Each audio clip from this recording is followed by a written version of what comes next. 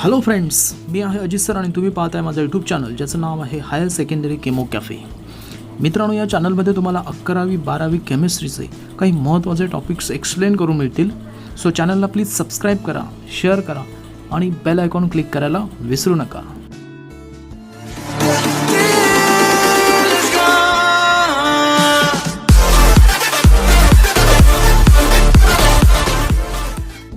मित्रांनो, आपण 11वी केमिस्ट्रीच्या सिलेबसला सुरुवात करतोय. सुरुवात करतोय पहिला टॉपिक ज्याचं नाव आहे some basic concept of chemistry.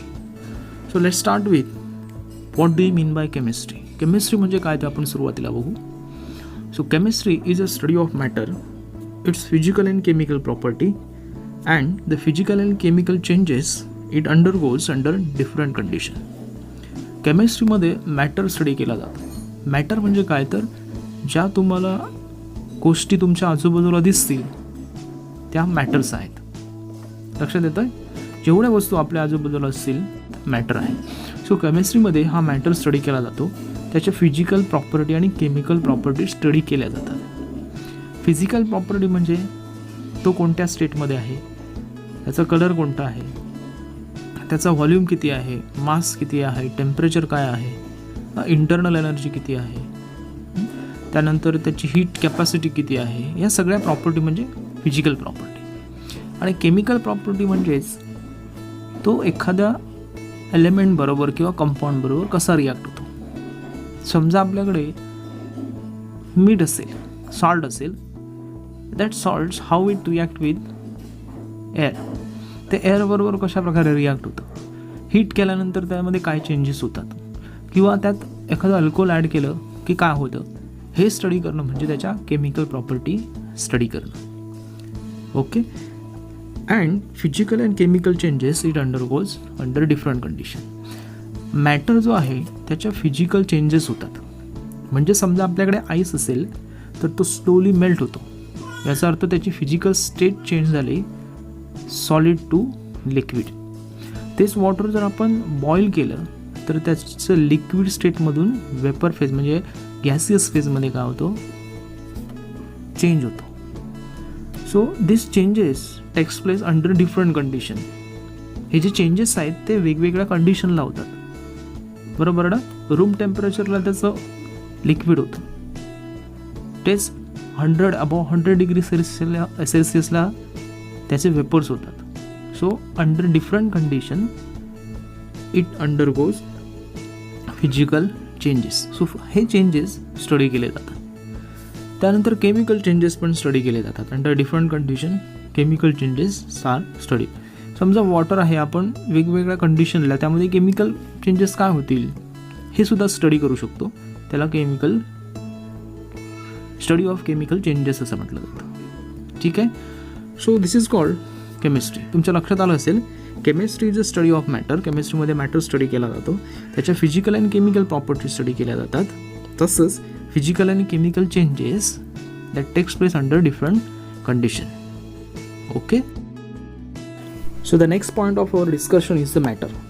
Matter म्हणजे काय हे आपल्याला नेमकं माहीत असायला हवं, कारण आपण ते स्टडी करतोय. ठीक आहे. Matter is anything that occupy space and has a mass. Matter म्हणजे अशी कोणतीही गोष्ट की ज्याने जागा व्यापली आहे आणि एक त्याला ठराविक मास आहे. आता तुमच्या आजूबाजूला जेवढ्या काही वस्तू असतील त्या वस्तूंना एक ठराविक मास आहे आणि त्यांनी काय केली आहे, जागा ऑक्युपाय केली आहे. त्यामुळे त्याला मॅटर असं म्हणतो आपण. Okay. Matter is further classified into 2 type on the basis of the chemical composition. Chemical कॉम्पोजिशनवरून त्याचे 2 टाईप्स येतात, एक प्युअर सबस्टन्स आणि मिक्सचर. म्हणजे आपल्याकडे जर मॅटर असेल तर तो आयदर प्युअर सबस्टन्स असणार किंवा तो मिक्सचर असणार. ठीक आहे. What is pure substance. Pure substance has a definite composition. They always have same property regardless of their origin. Pure सबस्टन्सचं जे कंपोजिशन आहे ते कसं असणार आहे, फिक्स आहे किंवा डेफिनेट आहे. त्याचा ओरिजिन मात्र कोणताही असो, ते कुठून तुम्ही मिळवलं आहे ह्याला काहीच अर्थ नाही आहे.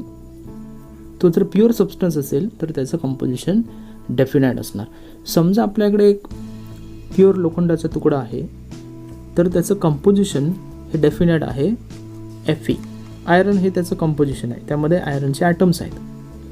देर are so many examples of pure substance. Pure सबस्टन्सची बरीच एक्झाम्पल्स आहेत, त्यामध्ये ऑल दी प्युअर एलिमेंट्स, त्यानंतर all the pure substances like water, sodium chloride, copper sulphate, carbon dioxide and so on.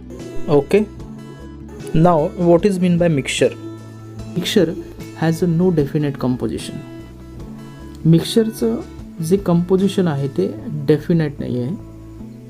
It has no definite composition. समजा आपल्याकडे paint आहे, so there R various types of paint, various colours of paint, वेगवेगळ्या कलरचे paints आहेत आपल्याकडे. So it has no definite composition. प्रत्येकामध्ये composition कसं आहे, डिफरंट आहे. प्रत्येकामध्ये पिगमेंट वेगळं आहे, प्रत्येकामध्ये ॲडिटिव्ज आहेत, हार्डनर्स आहेत, ते डिफरंट आहे, त्याचं कंपोजिशन डिफरंट आहे. ठीक आहे. So pure substance has a definite composition but the mixture has a no definite composition. So this is about the pure substance and the mixture. So अजून एक एक्झाम्पल आपण घेऊ. समजा आपल्याकडे सॉल्ट आहे, सोडियम क्लोराईड, आणि शुगर आहे. Both are pure. दोन्ही जर प्युअर असतील तर त्यांचं कंपोजिशन हे डेफिनेट असणार. Sodium chloride composition NaCl and sugar composition C12H22O11. हे त्यांचं कंपोजिशन डेफिनेट असणार आहे, फिक्स असणार आहे. पण आपल्याकडे कोल्ड्रिंक असेल तर कोणत्या प्रकारचं कोल्ड्रिंक असेल आपल्याला ठाऊक नाही आहे, पण कोल्ड्रिंक असेल तर cold drink has a different composition. So cold drink is a mixture. Okay, have you understand. Pure substance is further classified into two type, element and the compound. Okay, pure substance जो आहे तो पुन्हा दोन प्रकारे क्लासिफाय केला जातो. एक म्हणजे एलिमेंट आणि कंपाऊंड. म्हणजे प्युअर सबस्टन्स आयदर एलिमेंट असेल किंवा कंपाऊंड असणार आहे. Okay, so what is element. Elements are the pure substance which cannot be break down into simpler substance by ordinary chemical changes. Element हा असा प्युअर सबस्टन्स आहे की जो आपण पुन्हा ब्रेक करून सिम्पलियर सबस्टन्स फॉर्म करू शकत नाही by chemical changes. Okay, so elements are pure substances which cannot be broken down into simpler substance by ordinary chemical changes.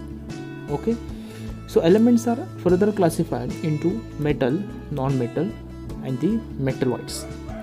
म्हणजे एलिमेंट जो आहे तो मेटल असेल, नॉन मेटल असेल किंवा मेटलॉइड्स असेल, ज्याचं आपण पुन्हा ब्रेकिंग करून एखादा सबस्टन्स तयार करू शकत नाही बाय केमिकल चेंजेस. एलिमेंट हा काय राहतो, एलिमेंटच राहतो. Okay, so what is metal.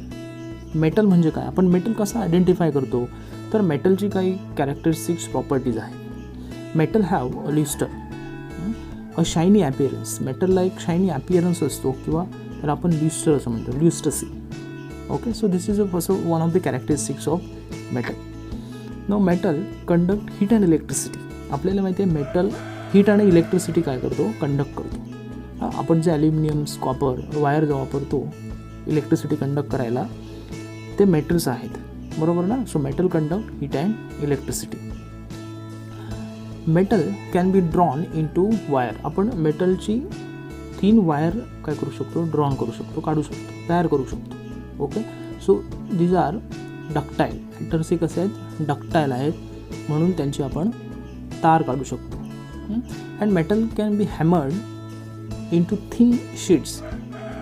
So they are malleable. मेटलला आपण हॅमर करून त्याची थिन शीट तयार करू शकतो, म्हणून त्याला आपण काय म्हणतो, they are malleable. So example of metal, so many examples are there.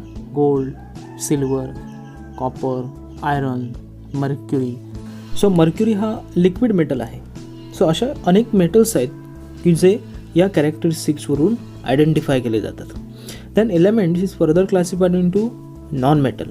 Non मेटलमध्ये क्लासिफाय केला जातो. So non metal is also identified by some characteristics property. So non metal has a no lustre. Non मेटलला ल्युस्टरसी नाही आहे किंवा चकाकी नाही आहे. ओके, जर आपण डायमंड आणि आयोडीन जर सोडले तर जे नॉन मेटल आहेत इतर, त्यांना चकाकी नाही आहे. सो डायमंड हॅज ल्युस्ट्रसी, डायमंडला चकाकी आहे, तसंच आयोडीनला पण चकाकी आहे. ठीक आहे.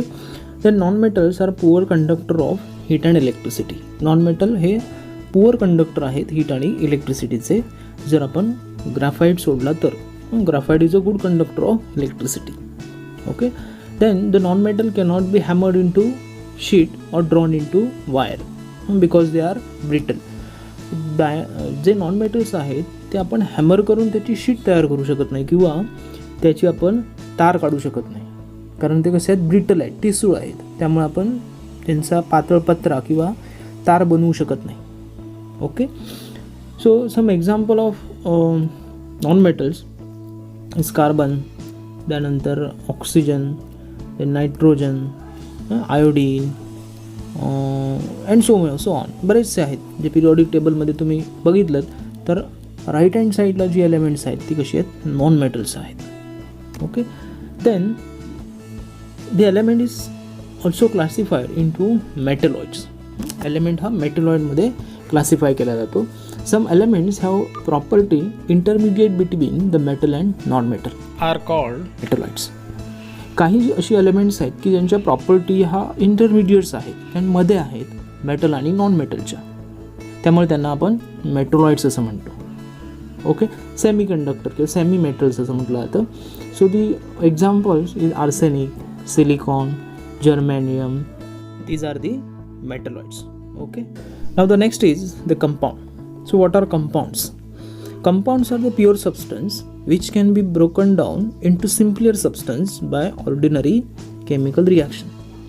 Compounds हे असे सबस्टन्स आहेत, प्युअर सबस्टन्स आहेत की जे आपण सिम्पलियर सबस्टन्समध्ये ब्रेक करू शकतो किंवा आपण त्यांचं कन्व्हर्जन करू शकतो. Okay. By ordinary chemical changes. So for example, जे आपण सुरुवातीला बघितलं एक्झाम्पल, सोडियम क्लोराईड असेल किंवा शुगर असेल, तर सोडियम क्लोराईड आपण सिम्पलियर सोडियम आणि क्लोरीनमध्ये काय करू शकतो, ब्रेक करू शकतो बाय इलेक्ट्रोलायसिस करू. त्यानंतर sugar can be broken down into carbon dioxide and the water. Carbon dioxide आणि वॉटरमध्ये आपण काय करू शकतो, ती ब्रेक करू शकतो. So these are the compound. So compounds can be, लक्षात ठेवायचं, compounds can be easily broken down into simpler substance by chemical changes. Okay. कंपाऊंडची बरीचशी एक्झाम्पल्स आहेत. कंपाऊंड समजा आपल्याकडे वॉटर असेल, water is a compound, carbon dioxide is a compound. So water can be broken down into hydrogen and oxygen. आपण वॉटरचं hydrogen and ऑक्सिजनमध्ये काय करू शकतो, डिकम्पोजिशन करू शकतो. तसंच कार्बन डायऑक्साईड असेल तर कार्बन डायऑक्साईडचं कार्बन आणि ऑक्सिजनमध्ये डिकम्पोजिशन केलं जातं. सो असे अनेक कंपाऊंड्स आहेत की जे प्युअर सबस्टन्स असतात, which can be broken down into simpler substance. Okay. Then the next is the mixture. So mixture has a no definite composition. आपण बघितलं की मिक्सचरमध्ये डेफिनेट कॉम्पोजिशन नाही आहे. The mixture can be easily separated by physical method. आपण mixture हे easily separate करू शकतो बाय फिजिकल मेथड. फिल्ट्रेशन असेल किंवा इव्हॅपोरेशन असेल, ह्या इझी मेथड्स आहेत फिजिकल मेथड की जिथे आपण मिक्सचर काय करू शकतो, सेपरेट करू शकतो. Okay. Mixtures are further divided into homogeneous and heterogeneous mixtures. मिक्सचरचे पुन्हा दोन टाईप येतात, homogeneous आणि heterogeneous mixture. So what is homogeneous mixture? A mixture in which components are uniformly distributed throughout its bulk is called homogeneous mixture.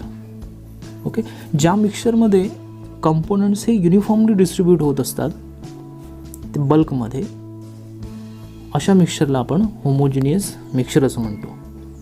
Okay. For example, mixture of sodium chloride and water. हे दोन compounds आहेत की ज्याचं mixture घेतलं आपण. त्या मिक्सचरमध्ये sodium chloride is uniformly distributed throughout the solution. Sodium chloride हा पूर्णपणे मिक्सचरमध्ये काय होणार, डिस्ट्रीब्यूट होणार.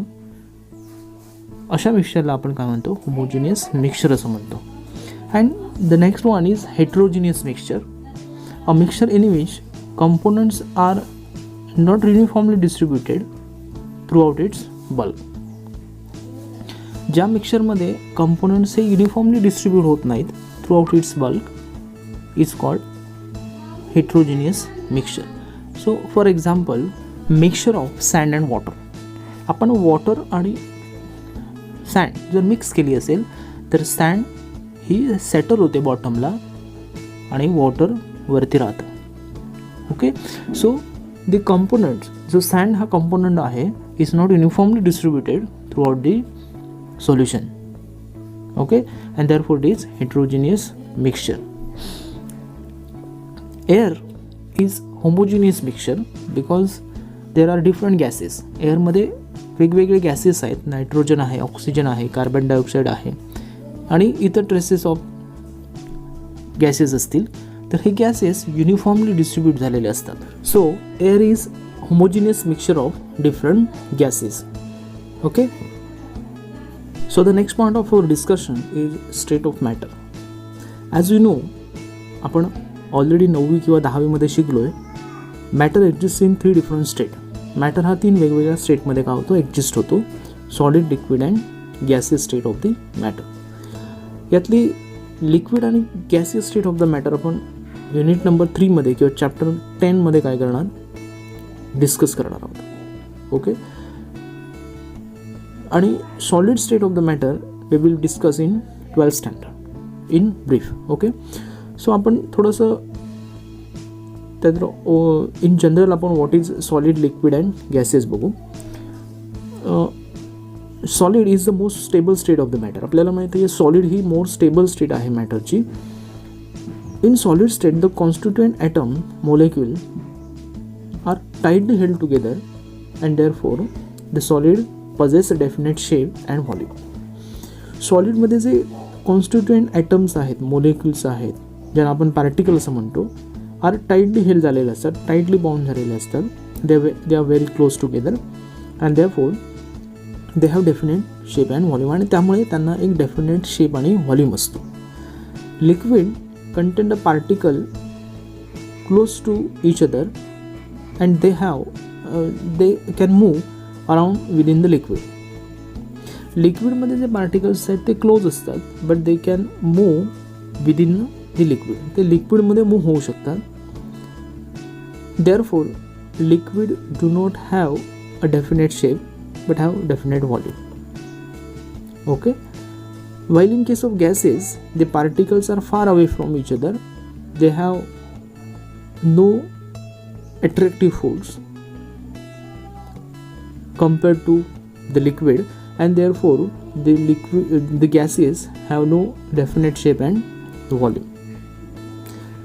गॅसियस स्टेटमध्ये पार्टिकल हे फार दूर असतात कम्पेअर्ड टू द लिक्विड आणि त्यामुळे त्यातला जो अट्रॅक्टिव्ह फोर्स आहे तो नेग्लिजिबल असतो, व्हेरी स्मॉल असतो आणि त्यामुळे gaseous have no definite shape and volume. त्यामुळे त्यांना डेफिनेट व्हॉल्यूम आणि शेप नसतो. ठीक आहे. So these states of the matters are interconvertible. ह्या ज्या स्टेट्स आहेत मॅटरच्या त्या इंटरकन्व्हर्टेबल आहेत, म्हणजे आपण एक स्टेट दुसऱ्या स्टेटमध्ये कन्वर्ट करू शकतो. Solid state of the matter is converted into liquid state by increasing temperature and decreasing pressure. आपण टेम्परेचर इन्क्रीज केलं किंवा प्रेशर डिक्रीज केला की सॉलिड हा लिक्विडमध्ये कन्वर्ट होतो किंवा ट्रान्सफर होतो. The liquid can be transfer into the gases by increasing temperature and decreasing pressure. Okay, reversely आपण रिव्हर्स गेलो तर gases can be transfer into the liquid by increasing pressure and decreasing temperature. Temperature decrease केलं आणि pressure increase केला की gases हे लिक्विडमध्ये convert होतात. तसंच लिक्विड हे सॉलिडमध्ये कन्वर्ट होतात जेव्हा आपण टेम्परेचर डिक्रीज करतो आणि प्रेशर इन्क्रीज करतो तेव्हा. याचं बेस्ट एक्झाम्पल म्हणजे आपण आईस घेतला तर तो हळूहळू मेल्ट होतो, म्हणजे त्याचं टेम्परेचर वाढत गेलं की तो मेल्ट होतो आणि त्याचं लिक्विड होतं. Liquid water on heating at its boiling point converted into water vapours. म्हणजे आपण लिक्विड वॉटरचं टेम्परेचर वाढवलं की त्याचं काय होतं, वॉटर वेपरमध्ये कन्व्हर्जन होतं. So this 3 state of the matters are interconvertible. समजा आपल्याकडे वॉटर वेपर असतील तर ते कंडेन्स केले आपण आणि त्याचं टेम्परेचर डिक्रीज केलं आणि प्रेशर जर इन्क्रीज केलं असेल तर water vapours is converted into liquid water. So liquid water on cooling and subjected to high pressure, the liquid water is transferred into solid ice. So these state of the matters are interconvertible. One state can be transferred into the another state by changing the temperature and the pressure. Okay, so friends, आपण इथे थांबूया. So in this lecture we have discussed what do you mean by chemistry, then what is matter, classification of matter on the basis of the chemical composition into pure substance and the mixture. So pure substance आपण पुन्हा त्याचं classification बघितलं into element and the compound, and the mixture is classified into homogeneous and heterogeneous. So एवढे point आपण discuss केले. So मित्रांनो, हे lecture तुम्हाला कसं वाटलं हे कॉमेंट बॉक्समध्ये नक्की कळवा. जर तुम्हाला हे लेक्चर आवडलं असेल तर लाईक करा, शेअर करा आणि चॅनलला सबस्क्राईब करायला विसरू नका. थँक्यू.